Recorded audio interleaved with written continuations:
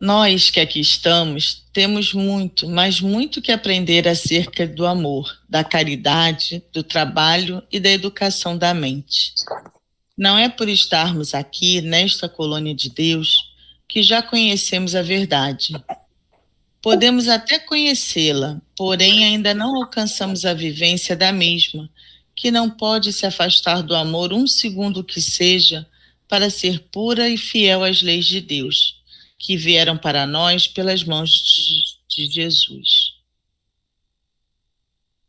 Eu necessito mais de vos ter a me ouvir do que vós de me escutardes. Nós somos espíritos individuais. Cada criatura é um mundo diferente. No entanto, somos todos interligados uns aos outros pela presença de Deus. Há algo que falta em mim e que se completa com o outro. E assim é sucessivamente até o infinito. Graças a Deus, o seu plano nunca falhou, porque ele é por excelência a perfeição. Não temos capacidade para falar de Deus e sobre Deus, porque em qualquer tentativa de o fazermos, estaremos diminuindo pela pobreza de nossos pensamentos e da nossa palavra. Concitamos a todos os que nos ouvem para que possam trabalhar na terra ou no céu, de maneira que o bem se evidencie e que o amor e a caridade se estendam em todos os continentes onde exista a vida.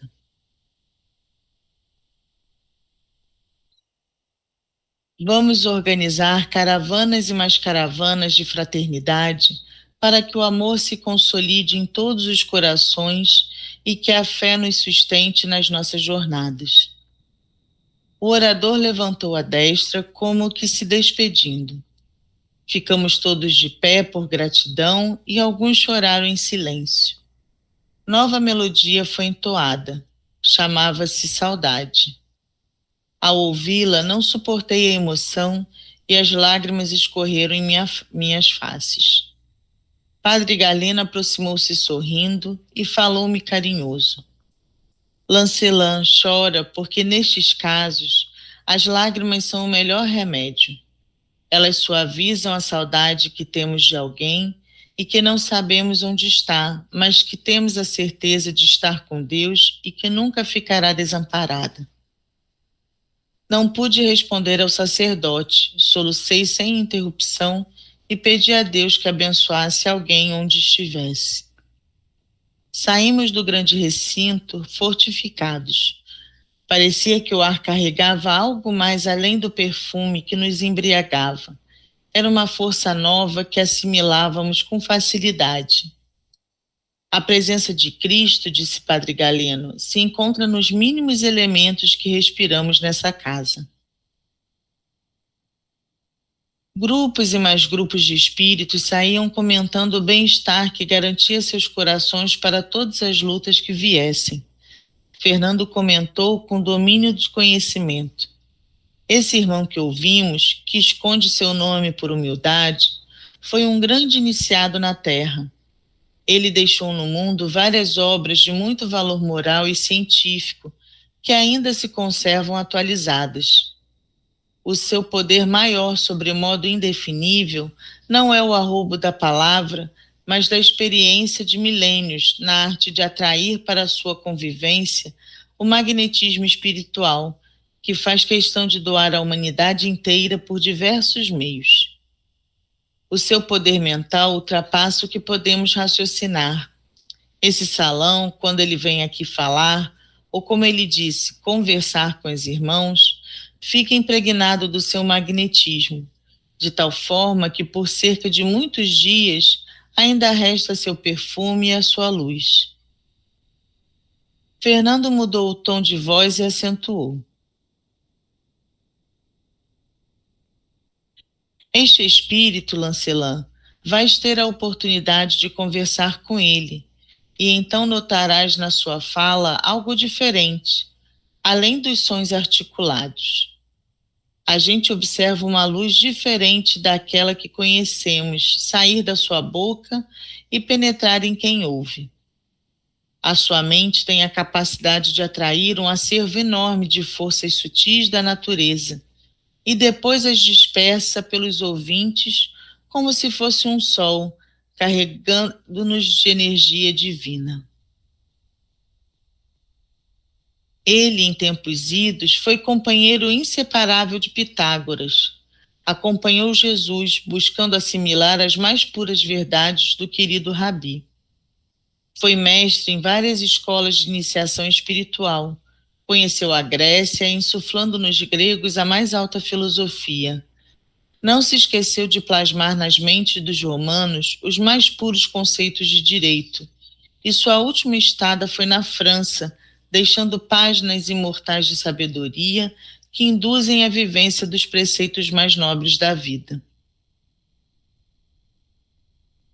Envolvidos pela sublime vibração trazida pelas palavras do orador, deixamos aquele ambiente com renovadas intenções de trabalho.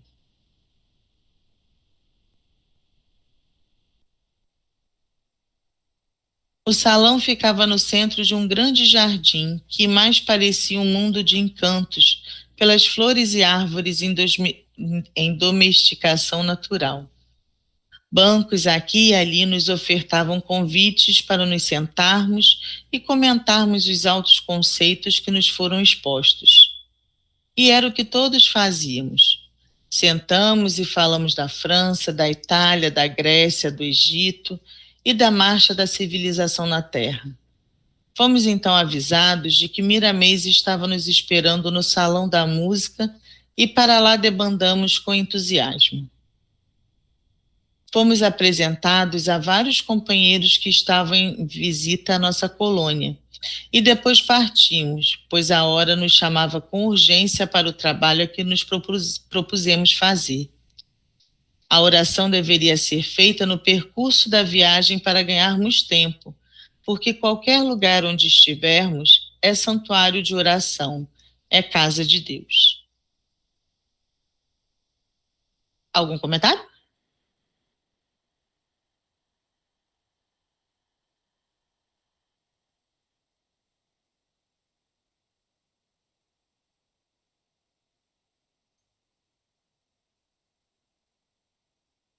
Gente, pressão instantinha aqui. Continuar. Descemos numa casa no nordeste do país, residência simples, sem que demonstrasse conforto. Família grande, onde as primeiras letras de instrução não puderam passar. Logo cedo, os filhos abraçaram por necessidade o serviço rude para se manterem e ajudar os pais. Era uma família de parcos recursos, cujo chefe estava recolhido em um catre, pois era enfermo de uma doença terrível, que deformava o rosto e deixava alguns membros do corpo em estado lastimável. Já se tinha constatado a lepra, mas nem ele nem os familiares aceitavam internamente. Além da doença de Hansen, ficamos sabendo pelo guia da casa que aquele irmão era também portador de câncer. A mulher, magra, mas de uma têmpera impressionante, comandava o lar e distribuía o serviço a todos os componentes daquela casa. A distração do pai de família, que não mais podia trabalhar, era uma viola e nela cantava suas mágoas. Era repentista de nascença e a cena era a mesma de todos os dias, o canto e as rimas que todos assistiam com prazer, comendo beiju adoçado com rapadura. Aproximei-me daquele irmão e comecei a averiguar seu estado. A lepra havia destruído toda a engrenagem celular, tornando-o uma ferida viva, e só com muito esforço é que ele podia cantar. Impacientei-me ao ver tanto sofrimento em uma só pessoa. O seu sorriso, quando acontecia, assombrava quem o visse pela primeira vez, pelo aspecto que apresentava. Eu estava acostumado a ver muitas deformidades em vários lugares por onde passara com a nossa caravana, mas nenhuma se assemelhava àquela. Quis chorar, ajoelhado no chão batido daquele rancho. Todavia uma voz interior me dizia: ajuda, Lancelin. A piedade nestes casos piora a situação. Não perca tempo em lamentos que não constroem. Não és tu mesmo quem escreve e fala da justiça de Deus? Consegui me refazer. O guia da casa, muito contente com a nossa visita, agradeceu penhoradamente a todos, pedindo para fazermos alguma coisa em favor daquelas criaturas. Caena e Celes desapareceram, com certeza em busca de alguns recursos que minorassem os padecimentos daquela criatura de Deus. Abílio, Fernando e Padre Galeno começaram a operação limpeza no lar. Miramês... Elisa, deixa eu interromper um pouquinho. É uma coisa que eu estava prestando atenção, né, que a gente já viu em vários livros, né, como as coisas foram mudando, né, no decorrer do mundo, na evolução da própria Terra, da humanidade, né? Desde a antiguidade, a grande doença, né, que era tida como o terror da sociedade, né, e que muitas vezes foi colocado em livros, né, como, de alguma forma, um resgate, né, era a lepra. Né? E não era pela doença em si, era pelo seu visual, né?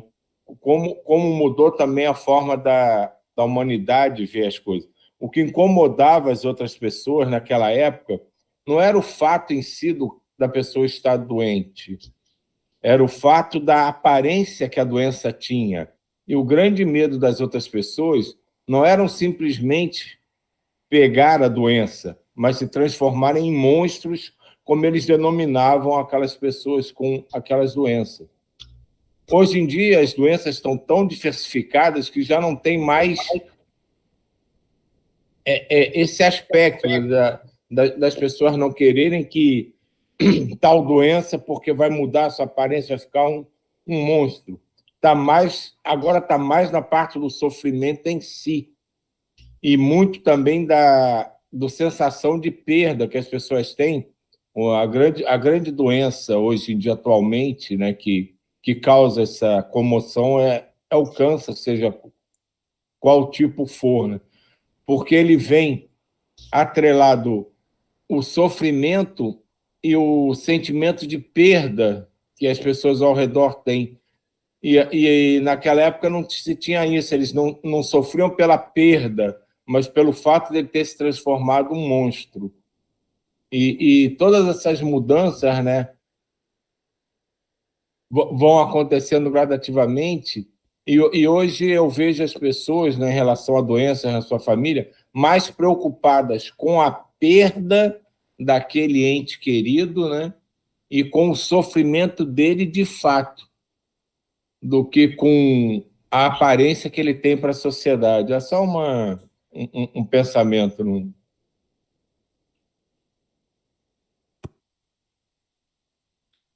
Miramês, enquanto esperava que todos estivéssemos reunidos com os afazeres realizados, passou a narrar a história daquele senhor que se encontrava naquele catre de sofrimentos.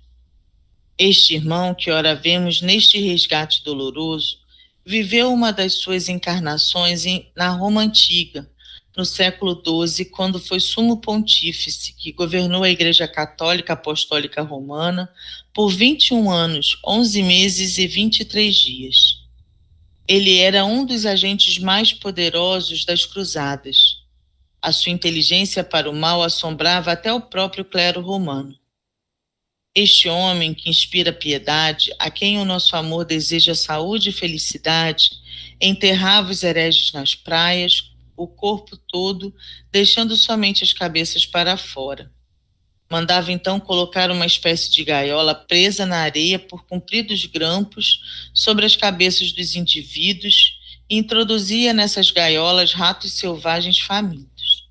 Não é preciso explicação do ocorrido. Centenas de homens e mulheres passaram por esta tempestade do seu acelerado sentimento de perversidade. Outros eram estraçalhados nas ruas, amarrados em caudas de animais ou crucificados de cabeça para baixo, enquanto o fogo ardia e derretia suas gorduras que escorriam como se fosse o sangue em um matadouro. No dia seguinte a essas atrocidades, ele estava em palanque discursando em meio aos aplausos das massas inconscientes, sendo cortejado pelos sacerdotes covardes que agiam como se não pulsassem nos seus peitos uma fração sequer do músculo que se chama coração.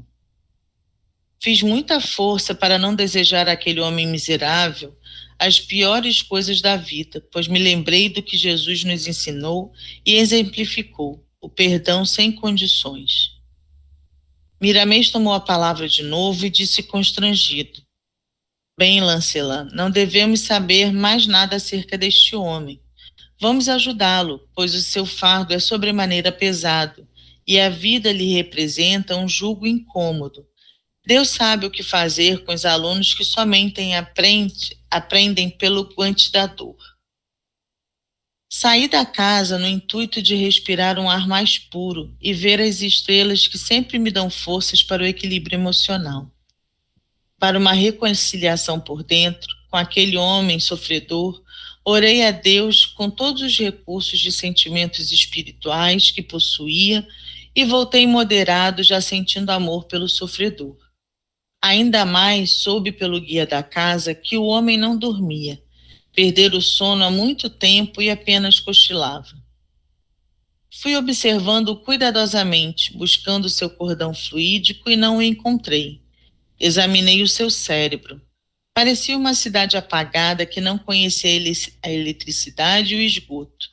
Fiquei estarrecido e a minha mente agitou-se procurando explicações. Miramês não se fez de rogado. Chegou de mansinho ao meu lado e disse com sabedoria: Lancelin, esse nosso irmão está passando por um drama dificilmente comparável. Dado as suas vibrações negativas em que o egoísmo prepondera, há muito tempo tudo nele se contrai. A maldade neste nosso irmão tomou proporções inenarráveis e bloqueou todos os seus sentimentos de fraternidade. O seu corpo astral ficou preso ao físico por lei de sintonia de alta força de atração gerada pelo egoísmo, e de uns tempos para cá aconteceu o esperado nestes casos, a implosão, causando as variadas enfermidades que ora vemos e que igualmente marcam o seu corpo espiritual. Elisa, Diga. Isso aí que você acabou de ler é interessante para a gente entender melhor, né, o que é aquilo que as pessoas chamam de umbral. Que muita gente ainda pensa que umbral, como a própria igreja, né, fez os lugares, né, o céu é para cá, o inferno é para lá. E no mundo espiritual, esses locais podem até existir, mas não é que seja um lugar físico, né, como se fosse físico especificamente. É pela lei de atração, né, as mentalidades com certas vibrações vão se unindo e aquele aglomerado vai ficando cada vez maior e parece que é um lugar. Mas veja as vibrações que esse pobre coitado tinha, as energias que circulavam com ele. É isso que transforma as pessoas, quando desencarnam, a irem parar em determinado local, entre aspas, ou em outro. Poder ser acolhido diretamente por um grupo de resgate ou não. É toda a criação mental, vibratória, de sintonias que a gente vai fazendo ao longo da nossa vida, isso vai ficando impregnado na gente. E é como um rádio, você vai emitindo aquela onda de vibração e quem conseguir acessar aquela onda sintoniza e pode chegar até você, ouve o que você está falando, sente o que você está sentindo, e por afinidade se aproxima. E assim vão sendo criados grandes bolsões energéticos, harmonizados, quando a energia principal é harmonizada, ou totalmente desarmonizado. Porque aqui está falando dele especificamente, mas essa energia, essa vibração toda, provavelmente emite uma sintonia que outros, com a mesma dificuldade, se identificam e se aproximam e mantêm aquilo ali, e no desencarne, a não ser que ele tenha muita ajuda, ele não consegue se desvencilhar disso, e tudo gira em torno das vibrações, das criações mentais, das nossas atitudes, das nossas ações, dos nossos pensamentos durante as nossas existências. Diga, Jay. Eu achei interessante, o próprio Lancelin, ele fala aí, né? O deslocamento no plano físico, no plano espiritual. Ele está consciente e tem um conhecimento, porque ele teve uma palestra com ser super elevado. Eu peguei o livro agora, quer dizer, com vocês aí, né? Foi uma palestra de um ser milenar, que até inclusive com Jesus. E agora ele está em contato com outro ser que é justamente antagônico àquele, de ainda muito primitivo, só maldade. É só isso que eu queria falar. E aí isso tudo serve de lições, tanto para ele, para Lancelin, como para a gente que está absorvendo também esses conhecimentos. Isso tudo eu acho fantástico. É isso só. Eu queria... desculpa, Silvio. Diga, Lisa.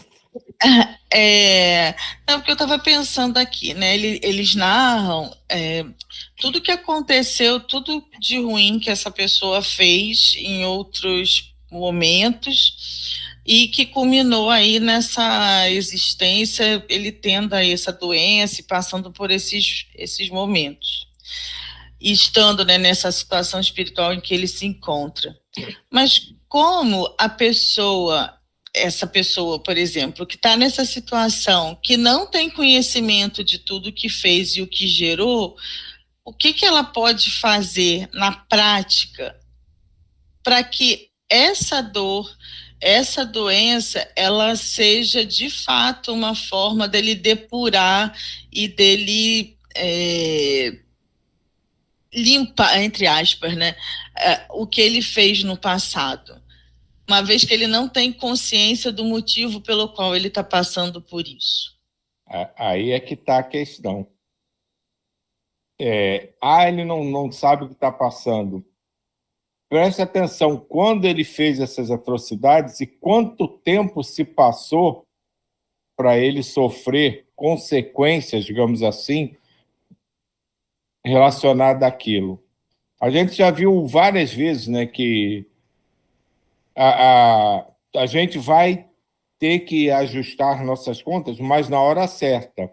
Vamos trazer para o nosso dia assim. Não adianta quando o nosso filho faz alguma coisa errada, botar ele de castigo ou dar uma chinelada nele, sem que a gente tenha certeza que explicou e ele entendeu o que ele fez de errado, que não surte o menor efeito, que ele não sabe o que ele fez de errado.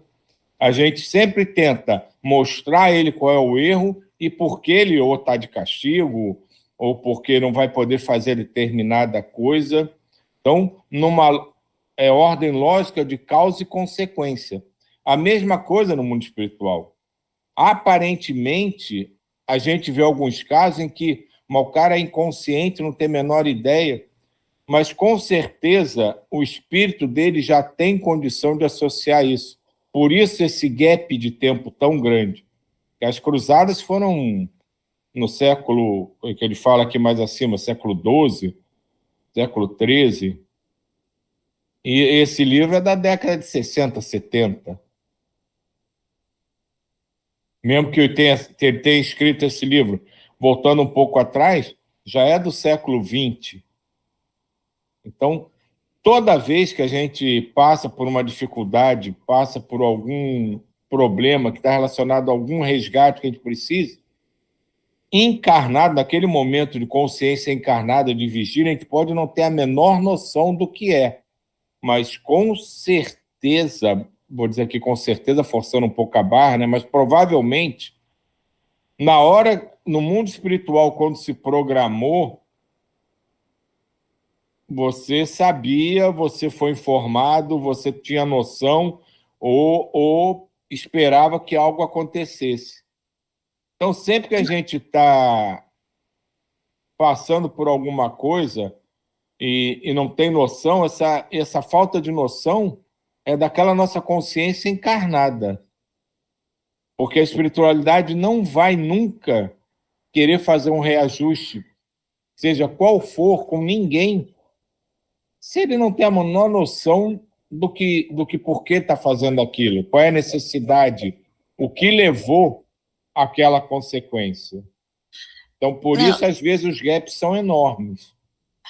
Mas o meu ponto, Silvia, é exatamente esse. Eu também concordo com você que espiritualmente aquele ser sabe e aceitou passar por aquilo, entendeu? Já estava pronto para passar por aquilo, mas o ser encarnado, ele não tem nem sempre tem a visão e não sabe o que fez para passar. Algumas pessoas, talvez com mais estudo espiritual, elas até encarem a situação de uma forma a entender que não tem consciência do que fez, mas que está passando por aquela situação por uma necessidade de resgate e evolução. Mas e aquelas pessoas que não têm? A minha dúvida é se num momento de uma doença, como a pessoa não tem consciência do lado espiritual, se naquele momento ela não pode estar fazendo alguma coisa que agrave a situação dela, ao invés de utilizar aquele momento para, assim, evoluir e resolver questões que ficaram no passado. Isso é esperado até. Quantas coisas cada um de nós pode ter programado e não passou nem perto de cumprir, sem estar relacionado à doença, tá? Do dia a dia mesmo, de crescimento nosso. Quantas vezes a gente vê espíritos nos livros que falharam absurdamente com as suas propostas antes de encarnar? A mesma coisa. Quando a gente está aqui, esse véu é para ver se a gente tem a força inconsciente. Muitas vezes a gente não tem, não é só em relação à doença, não, é em relação a qualquer coisa. Todos nós aqui, é muito provável que tenha tido alguns compromissos que a gente assumiu que a gente não passou e não vai passar nem perto de cumprir, que a gente se distraiu com uma caminhada. Mas o que a gente não pode esquecer é que estar aqui não é o nosso hábitat natural. É temporário, e mesmo assim, quando a gente está aqui, toda vez que a gente dorme, a gente volta para lá. Inconsciente ou conscientemente, a gente volta para lá. Então, é como ir na escola e voltar para casa. Então, se a gente não consegue ou se deixa distrair e não aceita, não entende e erra de novo, a prova volta. Eu lembro de uma história do Chico, que ele foi visitar uma senhora que estava terminal com câncer e as pessoas todas pedindo ele para ajudar e ele não fazer alguma coisa. Em um momento, a pressão estava tão grande que virou: olha, meus irmãos, deixe ela aí do jeito que está. É a terceira vez que ela encarna e tem uma doença grave. E é a primeira vez que ela não pensa em cometer suicídio.